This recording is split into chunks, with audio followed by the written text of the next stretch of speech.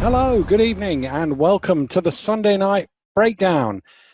Dan Routledge and Dave Forrester with you, breaking down all the action in the British Basketball League this week at the start of a new year. Let's go back to the midweek game first of all. Wednesday night, Plymouth Raiders 72, Worcester Wolves 58. We've been waiting for the cavalry to arrive for Worcester. They did arrive, but it didn't really make that much difference. We'll give them a pass because they've probably only been in a few days, but a pretty comfortable win that for the Plymouth Raiders. Yeah, it was probably more of a pantomime horse than the cavalry, to be fair. And it was an impossible situation for Worcester. It's actually harder playing with all the new guys than it is playing the way you've been playing previously. And having to integrate four in the space of one game against a competitive team who play defence in Plymouth on the hard floor. They were on a shot to nothing really, and the difficulty is always getting the new guys in without losing stuff from the players who've been there for them. And Worcester, the new guys showed a little bit, and Kimball, the two guard, made some shots, primarily outside of the offense because obviously they haven't practiced together. The point guard looked quite slippery, Anderson. He didn't knock down any shots, so the knock on him will be whether he's got the athleticism in this league, because he comes from a Ivy League college, so he'll be smart, he'll be bright, he will make good decisions. But the question is, the athleticism in the Ivy League isn't what it is in some of the other leagues. So will they adapt to that? And the two big guys, it's basically there's little chance for them at this point. The difficulty for Matt Newby was that the minutes for Parks in particular take away from Brighton and Manning. And so I think he only had 6 shots in the game, and they were kind of a team which had played in the system and some guys who were having to freewheel, and it never works. You stay in the game, and Plymouth weren't great in the game offensively. But it was like death by 1,000 cuts. Plymouth just made enough shots to get them through the game, and Worcester never in a position to challenge them. They'll be better in the backcourt. Bowerneck will be enjoying having other guards in the backcourt, and expect to see him stepping up going forwards. But you've got to wait for probably 3 weeks before you can judge Worcester. Yeah, and Plymouth are what we know they are. I suppose from the Wolves' point of view, 1-4 now. Next 3 games are Glasgow, Cheshire, and Bristol. If we wait 3 weeks, they could be 4-4, or they could be 1-7, and 1-7 is a long way back. Those are 3 really important games for them. Yeah, I say it's 3 weeks before we can judge them. It doesn't mean they can't win. They don't get time, 3. They don't get 3 giveaway losses in the meantime. They still have to try and win those games. But everybody else is is mid-season, and they're in pre-season. So good luck with that, Matt Newby. But yeah, they've got enough talent to win games. It's just going to be a question of making sure they all stay connected. For instance, now, instead of having Matthew Bryan and Jordan Williams basically holding down the fort together, you've got another big centre in Mike Parks, and you've got a 4-man as well. So how do those minutes get spread, and how does a point guard play to their skills? I don't envy him that job. That is a tough job. Yeah. Well, let's move on to today's games, and we'll start with the Raiders away at Sheffield, getting beat 83-78, a 14-2 run, of which Lillard had half of them, put Sharks in the lead, and they hung on from there. And that's a really good win for Sheffield. And obviously they had a debutant, Jordan Rotino, who looked really lively for them. 17 points, 8 rebounds off the bench in 26 minutes, hit the key foul shots at the end. He looks like a scorer that they could well do with. I watched the game. It was an entertaining game, a very physically competitive game. And I thought it was a game that Plymouth had going for them all the way up to probably the beginning of the 4th quarter. The Prince Ebay was awesome. He played probably the best. 7 blocks. 7 blocks, but that takes away all the shots that you challenge as well. And just the way he was moving up and down the court. He dunked on a couple of people. Now, against that, Bennett Cook wasn't playing for Sheffield. There was no immediate matchup. But he was awesome, and he was anchoring their defense. And And I think the Ocharobia came in when he wasn't playing and gave them something in the middle as well. But I was a little bit perplexed by Plymouth because they finished the game with a very different lineup to the one that got them to the kind of the beginning of the fourth quarter, up 7. And part of that was fouls because Porter Bunton had 18 points and managed to foul out in 16 minutes. Yeah. And one of them was on a technical for shouting something at the ref after he didn't get a foul call. And then just American, kind of early rookie American reach-in fouls and with referees that you don't know because you're playing up north and suddenly you're fouled out. So he wasn't there. McGill was kind of in and out of the game, and PJ ended up with a lineup down the stretch of LVC, Dusha, Elliot Sentence, who hadn't played up until that point, Ryan Beastie, who hadn't played until that point, and Ashley Hamilton, who was excellent again, carried the team good, and Ocharobia, and they struggled for offense. And LVC, I think, has struggled since the new point guard came in, or maybe he's just been worn down by the amount of minutes he's had to play because he was scoreless again in 20 minutes today. And it was that lineup which kind of got them back in the game at London on Sky. Yeah. But it didn't have the juice. You know, I was surprised that that McGill wasn't in the basketball game at that time with Porter Bunton not in the game. I was surprised that eBay wasn't in the game, but obviously you're worried about having eBay in the game with his foul shots. Free throws, yeah. Free throws. So that was interesting, you know, seeing how much PJ trusted those guys down the stretch. In relation to Sheffield, Retino is interesting. He doesn't have a bit of high release on his shot, but he's very quick trigger, and he's clearly a shooter. He also went coast to coast at the end of, I think, the second quarter of the third quarter, very impressively, which was something that you didn't think he had in his game until if you'd watched the highlights of him. I like what Atiba has there. I mean, he had, you know, and I like the way that he went with his guys today. You know, he didn't have Coke, so Mike Tuck stepped up and played 26 minutes. Kipper Nichols couldn't make a shot, but he was doing all the little things. So he ended up, despite going 2 of 15, he's on the court. He has 32 minutes because he's making them better. Yeah. You know? So, and staying with that. And then he's got kind of this now triumvirate of Hemsley, Lewis, and Retino, any one of which can go off at any time. Yeah. You know, so, I can't imagine there's going to be enough of a basketball for them all to go off in the same game. No. But you know, he's not short. He's gone from probably being slightly short of scoring to having an excessive scoring, which is different for Sheffield, and I think it's going to make them a lot better, and particularly at Ponds Forge, where shooting is not easy. It's going to make them really tough. So they stood up to today because obviously on top of those three guys, you have Lillard, who's like the driving force, who's constantly driving them forward, getting to the rim. And the game ultimately changed because Sheffield were able to get to the rim and score more than Plymouth were. And that was primarily Lillard. And it's interesting to see Atiba going with, you know, Rob Marsden at the 5. Very small lineups. But that's kind of the BBL, you know, and you know, you need somebody who can do that role though if they're going to be undersized. And I think Marsden can. He's strong enough and he's been around long enough that he can play that role, even though he will be playing bigger guys at the time.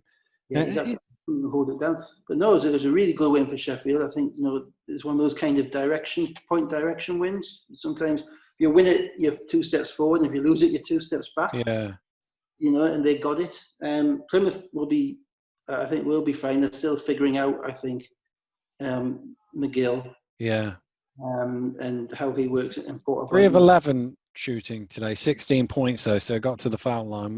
He's the kind of guy who can get his shot, and I think will be comfortable getting to his spots. I'm not sure if he's a point guard or a 2 guard, or he may well be a combo in BBL terms. He's certainly not a pure point guard. Yeah. So the question will be: is he going to be playing with LVC?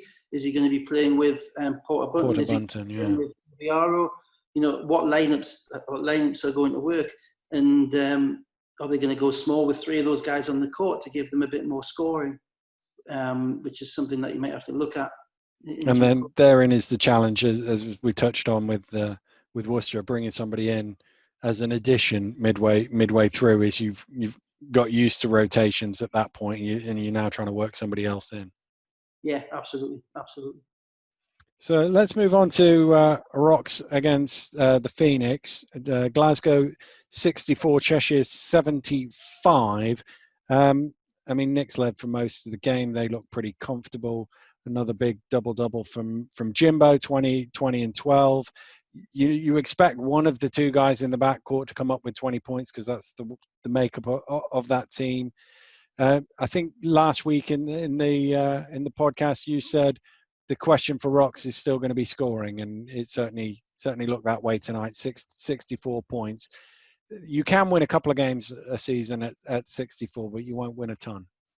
No. They are, I mean, the first thing with the Rocks is you haven't practiced for 3 days. They can't get in the gym in Scotland because of rules. So, saying anything about making any judgments or any comments is fundamentally... And still got the big guy to come in as well. He didn't still got the big guy to come in, albeit, he's probably wondering, where can I have a basketball, please? Where's the hoop? But you can't underestimate just what a massive disadvantage it is not to be able to practice. And not to be, even if it's just getting shots, of getting rhythm. It's like everybody else going to work. It's what you do day in, day out, and you're always better at it if you've done it 4 days in a row than if you're coming fresh from a week off. Yeah, and be like the rest of us tomorrow morning, heading back into the office. But so that's the first thing with that. That said, I think Gareth is going to have to look at his starting lineup because he started today with, I think, probably I would suggest 4 of his best 5 players on the bench. It's Johnny Bunyan, himself, Quady, and Keeling, the American. And they all started on the bench. And you looked at the lineup that started, which was Brandon, Fraser Malcolm, Jack Domney, Mpondo, and Van Sowers. And you wonder where the scoring coming from. Where's the shooting coming from? And the first quarter, I think they had 8 points or 9 points. Yeah, they did. And Cheshire went out on a 16-6 run. And, at that point, it can be difficult because the bench brought them back into it and they went up until probably late in the second quarter. And Cheshire finished off with a 10-point run. And a lot of it is personnel and combinations. Cheshire don't have that problem because Farrell Gordon's not playing. Kyle Carey's only just got there. So in reality, they got 6. They're playing primarily 6 players. And so they're comfortable with each other, and they know those 6 players know that the wins or losses fall on their shoulders. The game that Glasgow won down in Plymouth, Johnny Bunyan and Gareth Murray played 45 minutes. Yeah. Johnny Bunyan today in 24 minutes was +1 on the court, and they lost by 13.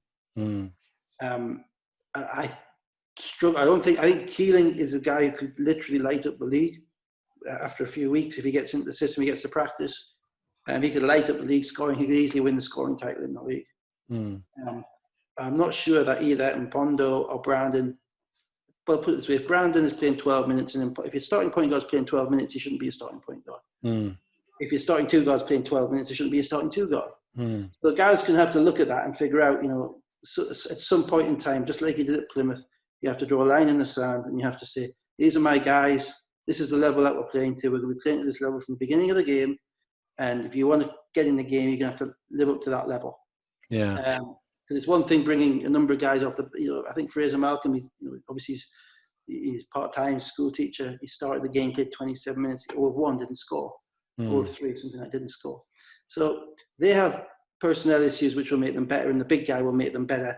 And again, they may be a couple of weeks away from actually getting comfortable in exactly everybody having the right roles.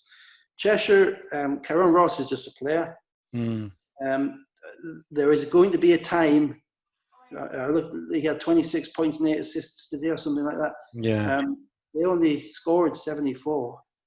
That puts him in line for scoring 26 of them and creating another 20 probably on threes. That's over half the points he's been responsible for.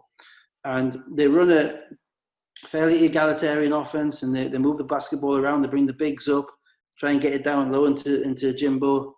But there is going to be a time whereby Ben is just going to have to sit just to give Karen Ross the ball, and let him make plays, which let him call people up and let him run the show.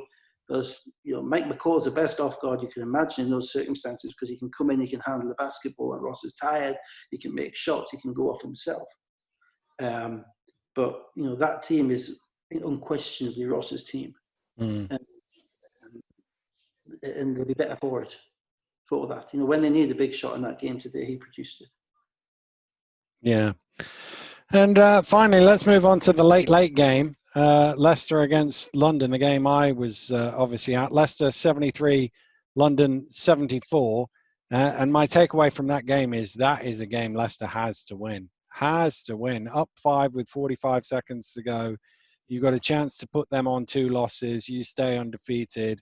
And you've just got to look after the ball and win that game. And obviously, credit for Dirk for the steal, first off.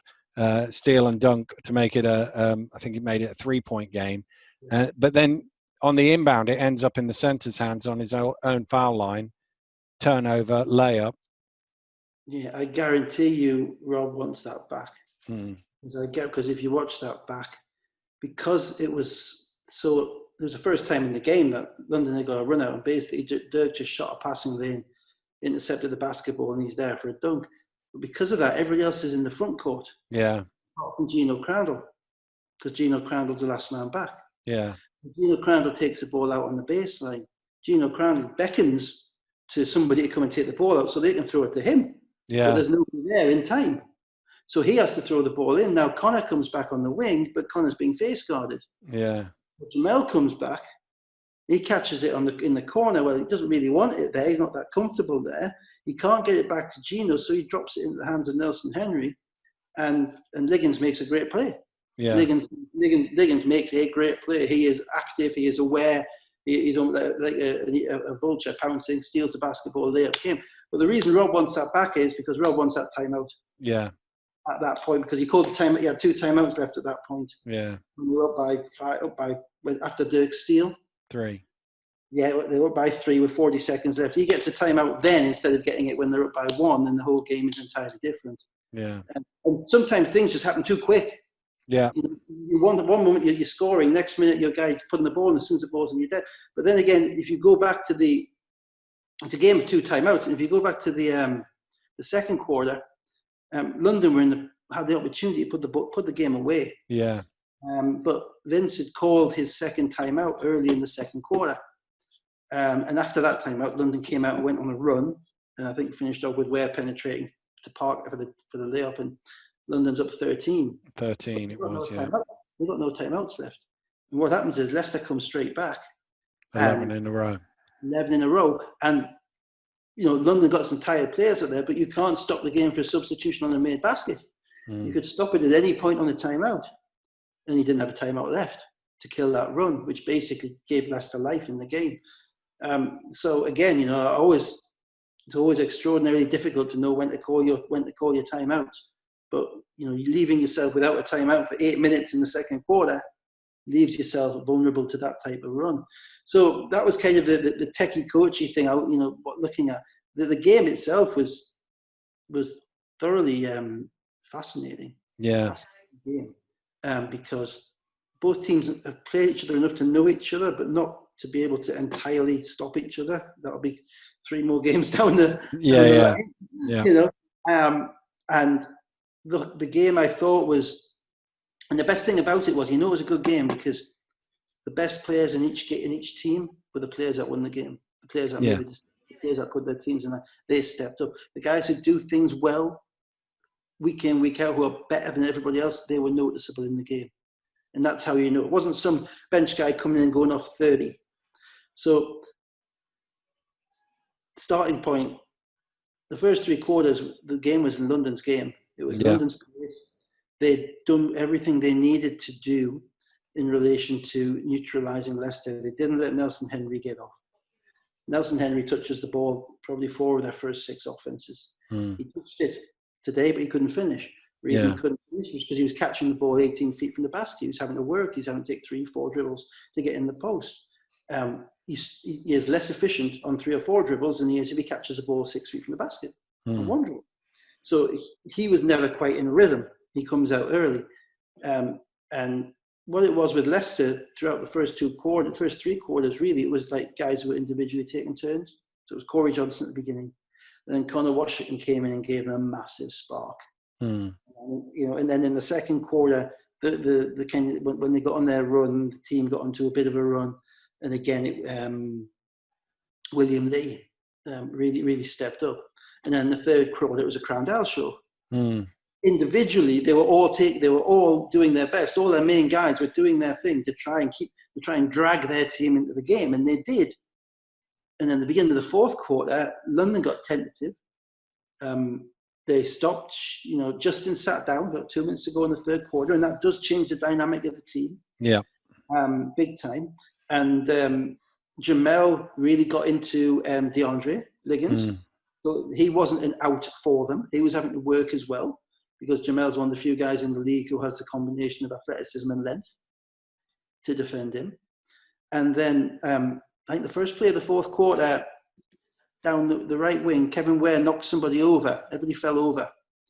And he was wide open for a three off his dribble. Yeah. And he didn't shoot it. And he threw the ball back to the top, and I think Falzon stole it and got fouled at the other end. And that moment on, London were tight. Yeah. Kevin Ware shoot that shot. Kevin Ware's a shooter. Kevin Ware should shoot that shot every time down. And if you look down the rest of the fourth quarter, they were more tentative. They weren't sure what a good shot was. They let Leicester kind of grind them with their own length. Leicester got to the point whereby Rob had his main guys on. He had his best unit on the court. Yeah. Cohesive defensive unit. Well, I thought because of that, they were able to get away with Crandall on the bench for a bit longer than perhaps Rob would have initially thought when he took him out. But because it was going okay, he was able to give him a few extra minutes rest, because he'd played big minutes in the first half. He had. And, I mean, the thing with having, Connor is just an incredible weapon to have to give your point guard a rest. Have a guy who's playing at that level, which he is this year, willingly and actively coming off the bench without any question or without any ego, without anything of that nature, is just a massive boost for any team in the league, and it happens to be Leicester. And it became a slugfest in the fourth quarter. Yeah, it did, really did. I think it was 14-12 in the... I don't think Leicester scored the last 4.5 minutes. No. And one of those games whereby nobody is really quite sure who's going to win, because Leicester finished up with Nelson Henry and Fraser, 2 of 16 combined. Yeah. In 37 minutes. So one of them was on the court virtually the whole game, apart from the last few minutes of the first quarter. Yeah. So 2 of 16. Now London, they had Tuwaya. They haven't got a 5 either, really. They kind of cycle through them. Tuwaya, Okoro, and Walker. Yeah. They were 4 or 6 combined in about 28 minutes. So London played 10 minutes with Parker as their centre. Leicester played 3 minutes with Lee as their centre. But the difference between 4 or 6 and 2 or 16 is substantial. Now, not every day is Darren Nelson Henry going to go 1 and 9. He's about the most efficient scorer in the league. But it all starts on how you defend him early. And they defended him well early, even though they gave up a couple of threes to Corey Johnson. The strategy of the game was I thought was really, really interesting throughout. Each team has 9 guys, but they got a core at the moment of about 6, and it's finding those extra players. With London, you know that Liggins is going to be on the court, you know Dirk Williams is going to be on the court, you know Justin Robinson is going to be on the court, and you kind of know that Parker's going to be on the court. Yeah. That leaves you with who's going to be the 5th guy.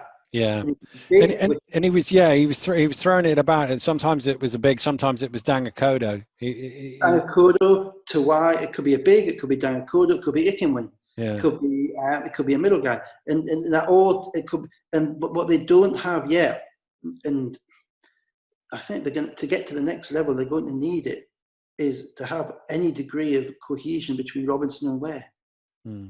I don't see much. Robinson played 30 minutes, Ware played 20 minutes, and they're both extraordinarily talented players. But Ware appears to be the point guard when he's on the court, and he has the body in the BBL to be a 2 guard. He has the game to be a 2 guard in the BBL, but he handles a lot, and I'm not sure that. Whereas there is a cohesion between Lockhart and Robinson when they play together. Yeah. Because one's off the ball and one's on the ball. There isn't quite that with Ware, yet Ware is unquestionably one of the best 5 players. So you have to find a way of getting him onto the court and having him go off aggressively. And Leicester, I mean, Leicester are what they are consistently. They're in your face. They get good shots, and they just miss too many layups. Yeah. You know, ultimately going back to it, they missed too many layups, and they didn't finish off the game properly. And you know, there were about 4 different players in the last minute. And I've been there. I've been there in games where you look back and you think, how the hell did we lose that game? Or how the hell did that game go overtime? And then you watch it back on the video, and it's like there were like 6 different points sliding doors. Well, that was the interesting thing about it is, I mean, you talk about the 2 bigs, Fraser and Nelson Henry, going 2 for 16 and all of that, and yet Leicester was still up 5 from, I think it was about 2.5 minutes to go until 40 seconds to go, where both teams were unable to come up with the score. And as you say, those sliding door moments for Leicester was where one more score somewhere or other, and it doesn't matter that they make those turnovers. I'm interested to get your thought on that shot that they did take on the final play that they had, the Crandall 3, rather than going London obviously on 5 fouls, so free throws coming if you can draw a foul. But I mean, that's the knockout blow, and he's made some threes. He's played really well. He's made some threes. It was a tough one. It was a tough one because it was contested. It was a little kind of a Doncic kind of step back play going to his left. That was the kind of shot that you would shoot as the clock was ticking out at the end of the half, where you didn't want to give the opposition the ball back. You would say you kind of settled. Now, I remember Damian Lillard and Paul George. Damian Lillard made one for 35 feet. Paul George came up with me afterwards and said, "Hey, I don't care. That was a bad shot. Well, if it goes in, it's a good shot. So you can't take it out." I think he would like it back. I think with the amount of skill and ability off the dribble that he has, and he is a wizard off the dribble. Yeah, he is. No question at all. His touch around the rim and his ability to manipulate the ball, his dexterity with the ball, is next level. And for a guy with that level of talent and that ability to get into the lane and make something good happen, to settle for that shot, it makes you feel a little bit like a little bit cheated, a little bit like you could. Maybe it's a good shot for somebody else, but maybe he could have got better. And on top of that, it's not a Leicester shot. And what I mean by that is Leicester get their shots off ball movement, of high screens, of going towards the rim, which kind of meant that the rebounders the spacing wasn't quite there. And what it meant was that Liggins was able to get the basketball and go 80 feet, not anybody in front of him. Yeah. So he was able to rebound the ball, and the advantage of having a guy who's 6'6" and can dribble is that they can rebound the ball and they can get down the other end without having to outlet it. And he made a hell of a play because I think he went to his left. He had Jamel, he spun, he didn't force it up, he threw it to his man at 18 feet, and Parker knocked it down. But still, we never really set on defense. They were, but they weren't. They were kind of on their heels. Yeah. He didn't go straight down, but he was able to get down the court and pick the spot that he wanted. So, it's if it goes in, it's game over, and everybody knows who the MVP of the game is if that shot goes in. Yeah. But as I say, there are so many sliding doors. If that timeout was called one possession earlier, Leicester win. Yeah. If they turned the ball over twice in 5 seconds, they haven't done for layups. They haven't done that in the whole game. Yeah. Even at the end. Because the other thing about it is, we'd sit there and we'd say, well, you don't really want your centre having the ball on his own free throw line in that position, but he's got 2 hands on it. Yeah. So it's not like it was a bad pass and he had to sort of reach for it or whatever. No, it's just Liggins made a play, as you say, but he could still. He's got 2 hands in it, but his 2 hands are level with his knees. Yeah. And that's not the strongest position to hold a basketball in. It's please come and take it. I think if you were having it back, Rob would say to Darian Nelson-Henry, "What were you doing there?" Yeah. He would then go back and you'd say to Jamel Anderson, "Why did you throw it to him?" Yeah. He would then probably say to Gino, "Why didn't you drop the ball and let somebody else take it out?" Yeah. There's so many things but you don't think like that. You can't in the time. I'm sure there'd be a few expletives in there as well. Well, yeah, sure there would. And And as I say, everything becomes so exaggerated in your mind when you lose a game because of it. Yeah. I've been there, and you just, it kills you because you think Particularly, little things he'll that could have happened strategically that you could have done. he'll be looking at that, Rob, thinking, right, he wants to win the league, right? That's the sort of guy he is. That's what he comes into the season to do, to win the league. And he will look at it and think, London are not going to lose too many games this season. So actually, if we're going to finish above them, we're going to have to beat them at least twice. Could be that you might have to beat them all 3 times if you want to finish above them, and that's true for any team that wants to finish above London. And when you've got them there, to let that one go, because you don't know the next time you play them, Crandall might not go off for 23 points, 24 points, whatever he did tonight. You might not have all of those moving pieces. They might play better. They shot, what did they shoot from the 3-point line? 30. Yeah. They're a 50% 3-point shooting team coming into this game. Yeah, and it's right, because whilst all games are equal, to quote Orwell, some games are more equal than others. Yeah. And that game is one of those games which is more equal than others. Because if London lost that basketball game, that means they're down 1-0 to Newcastle, they're down 1-0 to Leicester, and they play Newcastle again on Friday. Yeah. And that becomes an absolute must-win. And even if Leicester beat London and then London beat Newcastle, everyone's got 2 losses, and Rob and Leicester Riders are sitting there, happy as Larry, because they haven't lost a game at all, and they've basically got a 2-game start on the rest of the league. Yeah. So, that it is a pivotal game, but it's pivotal, but it's not determinative. No, it isn't. No, it isn't. It's far too early to be determinative. There's far too many things that can happen. In the meantime, it will teach. It's interesting. What's interesting about it is, as I say, though, you can see from it who the players are. You see who the rookies are. Who the younger guys are. Kevin Ware wasn't great tonight. Zach Jackson wasn't great tonight. These are younger players who are coming, who haven't been through it, been tested. The guys who were there. Jamel Anderson, Gino Crandall, Connor Washington. Those guys were, stepped up their game. For London, obviously, DeAndre Liggins, Justin Robinson. And Parker wasn't great, but he battled. He had 12 rebounds. Yeah. He just missed some shots, which he'd otherwise made. And Dirk Williams made some plays as well. But those guys were the main guys, and they're the best players. And that's how you know it's a great game. And now the test is for each team to work out who their best complementary players are. They have to, normally with Riders, it will always be Nelson Henry, and he just had an off night, so be it. Yeah. Riders have to get Fraser up to speed. They have to find some way of unlocking him, because at the moment everything is rimming out or everything is short.